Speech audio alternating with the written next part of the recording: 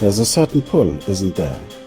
A fascination with the edges of our comfort zone, the places whispered about in hushed tones. We see them on the news, these datelines of danger, and a part of us, perhaps the part we don't often admit to, feels a flicker of curiosity. What is it really like to walk those streets? To breathe that air? But it's a human impulse to want to understand the extremes of our own experience. To peel back the curtain of sensational headlines and see the reality, however harsh it might be. But there's a profound difference between a documentarian's calculated risk and a traveler's naive curiosity. This journey we're about to take is not one of sun-drenched beaches or idyllic landscapes. It's a journey into the heart of what many governments would call the no-go zones of our world. Places where the rule of law is a fragile concept and survival is a daily negotiation.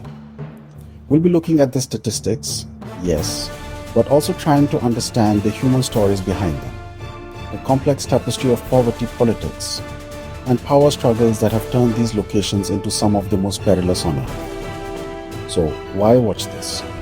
Why delve into such darkness? Because understanding the world means understanding all of it. Not just the polished, sanitized parts.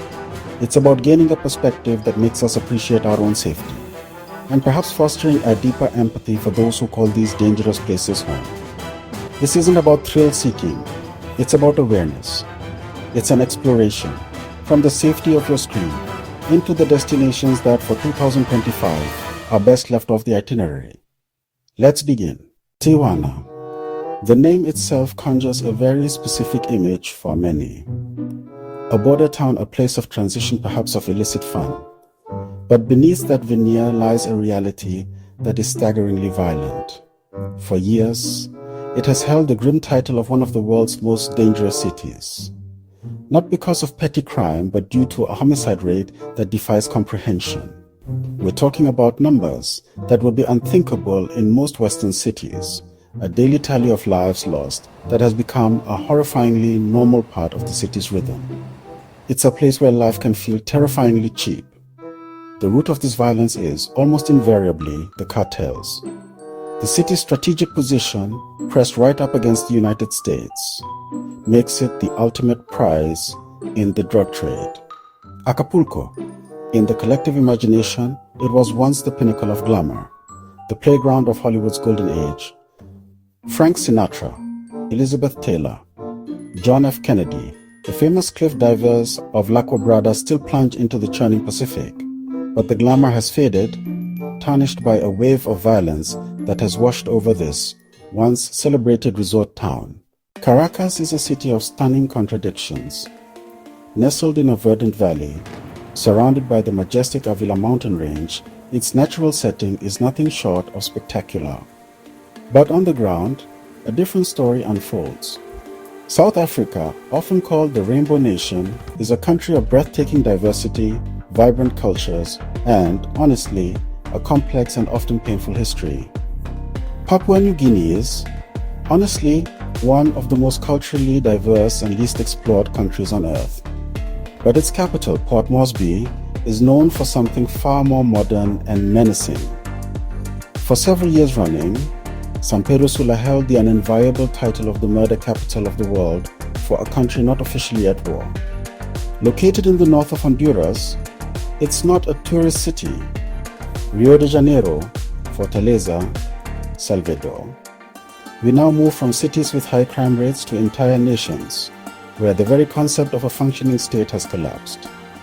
These countries represent some of the most profound humanitarian and security crises on the planet. Somalia, Sudan, South Sudan, Central African Republic. Travel here is not just ill-advised, it is, for most people, practically impossible and extraordinarily perilous. Yemen, Libya, Iraq, Afghanistan, Syria, Ukraine. The danger here isn't ordinary crime, it's primary, overwhelming conflict.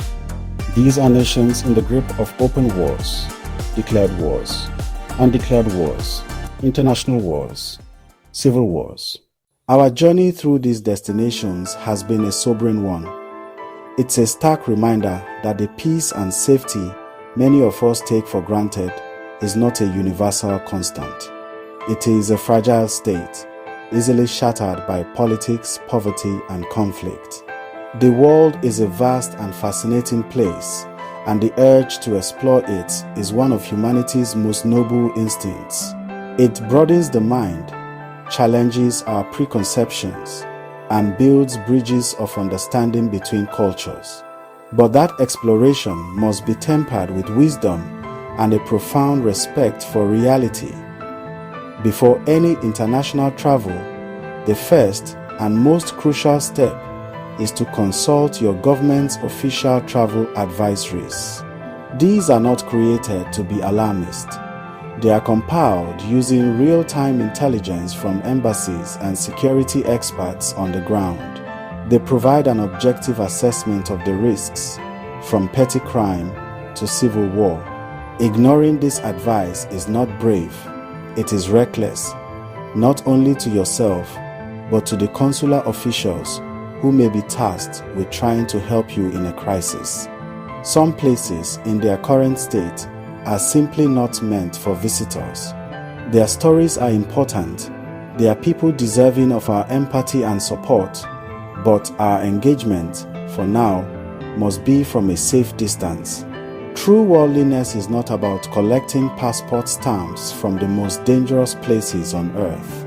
It's about understanding the complex world we live in, appreciating the beauty where it can be safely found, and knowing with humility when to admire a place from afar.